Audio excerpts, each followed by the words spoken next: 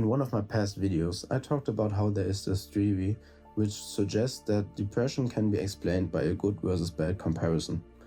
The model which I referenced is the vulnerability stress model. It contains vulnerabilities, stressors, resources, and resilience. The weight of stressors is influenced by the individual vulnerabilities and compared to the resources plus the resilience. If this comparison turns out to be negative in favor of the stressors, depressive symptoms occur. This isn't always practically accurate, but it has proven to be a good paradigm for breaking down complex situations. I already told you how mindfulness might be a good way of prevention by offering more resources. Today I want to talk more broadly about the implications of this model. Everyone has vulnerabilities which are more or less changeable. For this video, I will just consider vulnerabilities as unchangeable factors influencing how certain stressors affect you. I might be making other videos going in depth on these vulnerabilities and how to identify them and even how to lower their impact. The same goes for resilience. Resilience describes your personal factors which are more or less permanent and give you a good level of constant resources to handle stressors. Today I want to simply focus on stressors and resources. Stressors are easily identified. All the things which you experience which take more than they give. Practically speaking, stressors will usually take more energy than they give. Even easier, stressors will cause stress. On the other side, there are resources which can be described as the opposite. Things which give more than they take, they give more energy than they need and won't stress you. Resources will give you additional resilience on a temporary basis. So you have the baseline of your resilience, and the more resources you can gain over a period of time, the more temporary resilience you will have. There are certain stressors which aren't really avoidable. For example, your job, housework, small things which are out of your power, summarized as bad luck, and other duties that cost energy. Also, this can differ between individuals, what they would consider unchangeable. Ideally, these things are covered by your baseline resilience, so much so that there is also room for things to improve in, which might cost you energy getting started, but will pay you back in the long run. A good example for this are relationships, which might be needing some sort of investment in the beginning and can be stressing from time to time more than they are giving, but overall can be one huge resource for you. You should always be mindful if there is still room for these things right now. But as said, there's also the possibility to gain more resilience to bear more stressors.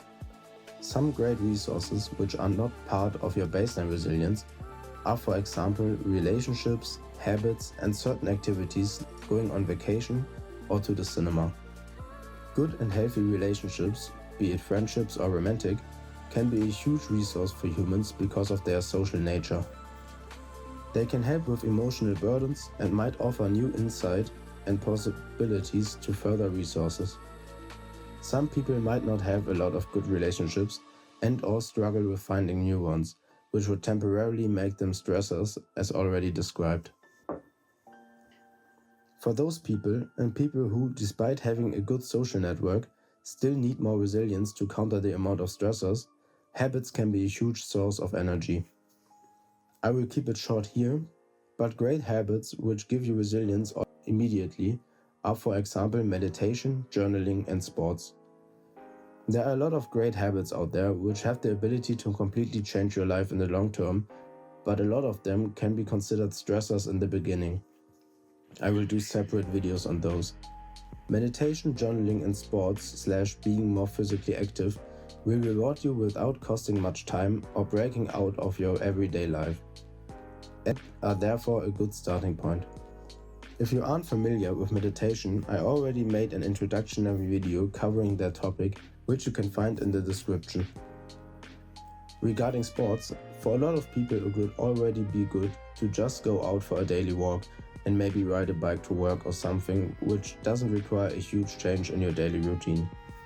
Any type of physical activity will bring you further, and with time you can increase the intensity. There are also simple one-time activities which you can use to turn the tide in moments of high stress. I would recommend to always try to have something to look forward to. If you can anticipate that the upcoming week will be a stressful one, you might want to plan something enjoyable at the end of it, like going to the cinema or out with friends. You can also use activities in an acute manner, like going for a walk on a stressful day or calling friends or family, whatever fits for you. Any sort of hobby can be used on these certain days where you just feel exhausted for no apparent reason. Gaming, going outside, reading, writing, drawing, and any sort of other activity which you might enjoy. If you can't think of anything, try to think back to your childhood. What were activities which you enjoyed but gave up at some point? Even social media or other sources of cheap dopamine can be short-term resources, but be mindful of the long-term consequences of these, which will ultimately drain your resources and might have already become a stressor for a lot of people. There's an unlimited number of stressors and resources out there, which are different for every individual. So you just have to be mindful of these on your own and have a look what activities in a day cost you more than they give and what can act as a resource for you. Try to find mid to long-term balance between stressors and resources, and be mindful for acute situations in which you can use resources to make you feel better.